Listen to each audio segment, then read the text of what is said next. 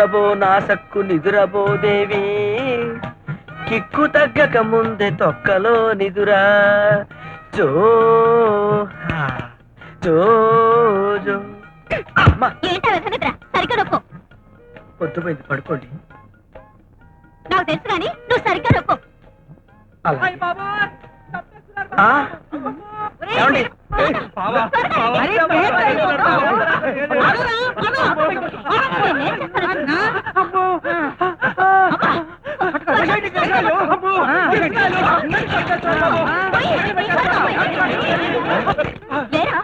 ఏమండి, మీకు ఇష్టం లేకపోతే నన్ను మా పుట్టింటి పంపించండి, అంతేగాని నన్ను చంపొద్దు. ఏమైందయ్యా? తొక్కలోది కట్నం తీసుకురాలేదు, నన్ను చంపేస్తారు. ఓ సింతేనా, ఈ మాత్రం దానికైనా ఇన్ని కేకలు పెడపప్పులు పెట్టావు.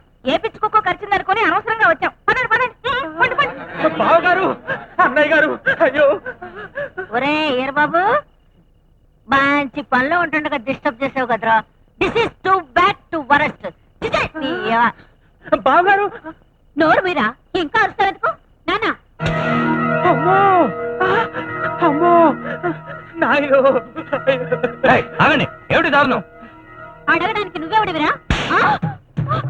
మా అమ్మాయి మీ చేసుకుంటావా? నిన్ను మా ఆవిడ గారు మీరు చేసుకుంటారు. నువ్వు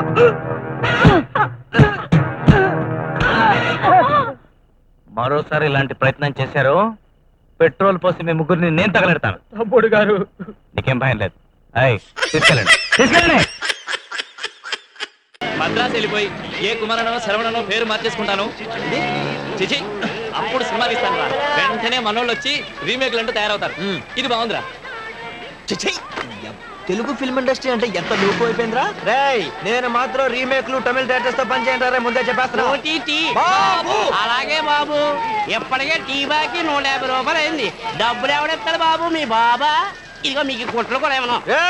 ఒక్క ఛాన్స్ రా. ఒక్క ఛాన్స్ రానివ్వు. మావాడు సూపర్ హీరో అవుతారా.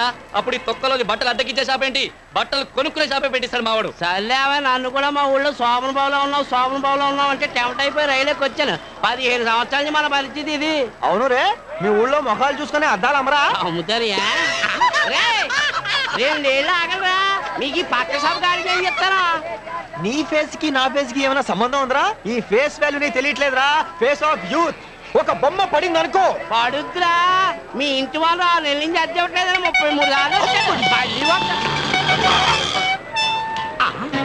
33 నమస్తే సార్. సినిమా పిక్చర్లు 2 వచ్చాయి. ఇక్కడికి రాలేదండి, ఇక్కడికి అసలు రాలేదండి బాబు. చూడలేదండి. ఇప్పటికి రెంట్ కట్టి 6 నెలలు అవుతాయి. నేను లేచేసరికి పోతాయి, పడుకునేసరికి వస్తాయి. ఏమన్నా అంటే ఒక్క ఛాన్స్ అంటాయి. వీడు ఫేస్ ఏమన్నా చిరంజీవి అనుకుంటాయి, అమితాబ్ బచ్చన్ అనుకుంటాయి. వీళ్ళ జిందగీలో జూనియర్ ఆర్టిస్ట్ కూడా అవ్వాయి. जाओ पहले उसका साइन लेके आओ जिसने मेरे बाप को चोर कहा था. जाओ पहले उसका साइन लेके आओ जिसने मेरी माँ को मारा था. जाओ पहले उसका साइन लेके आओ जिसने मेरे हाथ में ये लिख दिया था. फिर तुम जहाँ कहोगे वहाँ साइन के लेके तैयार हो मेरे भाई. కంటి చూపుతోనే కాదురా, హిందీ డైలాగ్ తో కూడా చెప్పేస్తా. అదిరిపోయింది కదండి మావాడి హిందీ డైలాగ్. ఒక్క ఛాన్స్ అండి, ఒకే ఒక్క ఛాన్స్. చిరంజీవి అమితాబ్ బచ్చన్ కూడా ఈజీగా సూపర్ స్టార్స్ అవ్వలేదండి.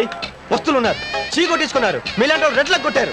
కానీ ఇప్పుడు హిట్లు, సూపర్ హిట్లు, బంపర్ హిట్లు, blockbuster bonanzas, blood bank, ABCL corporation. తర్వాత ఎందుకులే చెప్తే తెలుసుకుంటా. నేను చెప్పే సంగతి వింటే నీ దిమాగ్ ఖరాబ్ అవుతాయి. రేపు సాయంత్రం లోపల రెంట్ కట్టకపోతే మా కిరాణం షాపులో నూనె డబ్బా దొంగతనం జరుగుతాయి. పోలీసులు అనుమానం ఎవరి మీద అని అడుగుతాయి. ఇంటి పైన ఉన్న 2 బర్బాద్ అని చెప్తాయి. మీరు జైల్లో ఉంటాయి, చెప్పకూడు తింటాయి. లేకిన్ జైలుకు రెంట్ ఉండాయి. ఇన్స్పెక్టర్ షాంపూ ఫోన్ చేస్తాయి.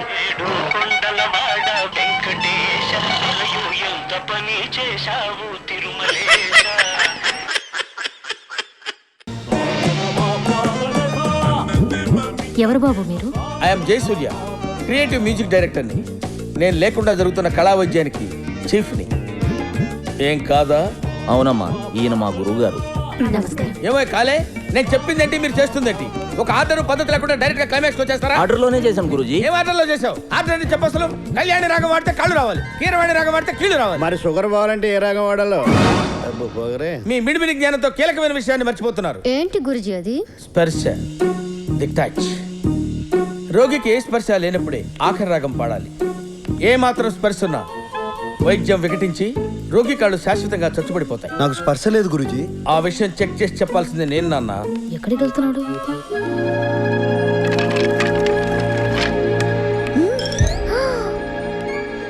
నువ్వు కొంచెం వెనక్కి వెళ్ళు.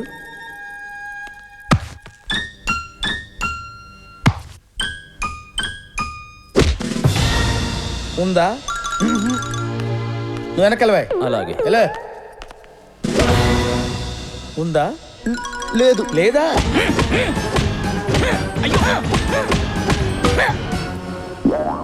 ఉందా? అస్సలు లేదు. ఇది కళా వైద్యం లేదు, కసిగెత్తుకుంటున్నట్టుంది.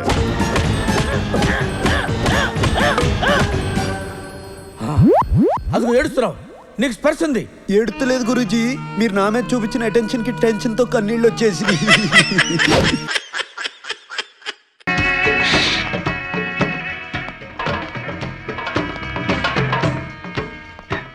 ఆ రాము నాట్య ప్రదర్శనకై ధరించబోయే ఈ ప్రత్యేక దుస్తులలో ఈ ప్రత్యేక ఢమాలుండని అమర్చెదను.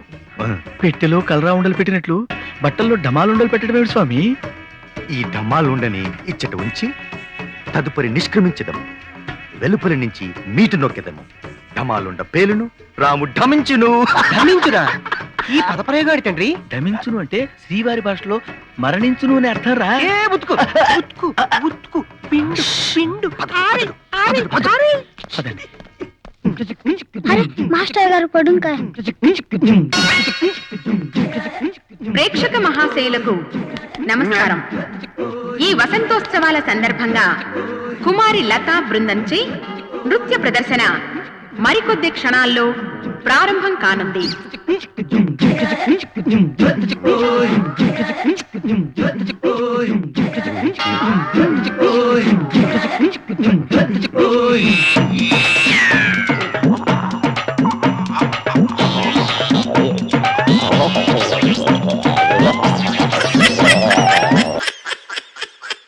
ఓం నమ శివాయ.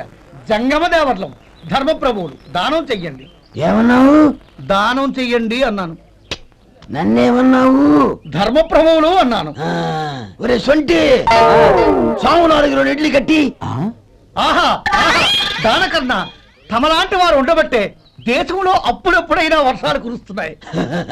ఒరే సొంటి, సాము 4 మసాలా వడ మసాలా దోశ కలిపి కట్టి. ఆహాహాహా, అలనాటి శిపి చక్రవర్తి పేరు విన్నాను, ఇప్పుడు తమని ప్రత్యక్షంగా చూస్తున్నాను ప్రభు. అబ్బో సమ్మగుందయ్యా. ఒరే సోము 4 పెసరట్టు ఉప్మా, అల్లం చట్నీ వేసి ఉప్మాలో జీడిపప్పు బాగా దట్టించే. ఒరే సొంటి, నేను ఇంటికి వెళ్ళొస్తాను, ఫ్యామిలీ వెయిటింగ్. వాళ్ళందరినీ తీసుకుని ఏదైనా మంచి హోటల్ దగ్గర టిఫిన్ చేసి వస్తాను. హోటల్ జాగ్రత్త. అయ్యా అయ్యా, ఆ ఇడ్లీ దోశ పెసరట్టు తమరి చేతులతో ఇప్పిస్తే. ఏంది ఇచ్చేది? ఇవ్వను. ఎవరా? ఎందుకు ఇవ్వాలి? ఎందుకు ఇవ్వాలి అంట. నువ్వేమో నా మనసు సంతోషపెట్టడం కోసం దానకంటుడు, ధర్మ ప్రభువు, శివ చక్రవర్తి, బొంగు బోసానం అన్నావు. నేనేమో నీ మనసు సంతోషపెట్టడం కోసం 2 ఇడ్లీ, 1 పెసరట్టు, 1 మసాలా వడ, బొంగు బోసానం అన్నాను. దానికి దీనికి చెల్లు. ఇంకా నువ్వు వెళ్ళు. అయ్యా ఇది అన్యాయం, ఇది అన్యాయం. ఏంది మట్టి గడ్డం కాదు. ఒరే సొంటి, దీన్ని 4 కొమ్ములు కొమ్మి తోసిపారే బయటికి. పడించుకుని కొట్టమంటారా? వద్దులే, చచ్చిపోతాడు. మళ్ళీ మర్డర్ కేసు మన మీద. అయితే ఇడ్లీతో కొడతా. ఒరే పాపత్తులారా, అందుకేనా భూకంపాలు వస్తున్నాయి?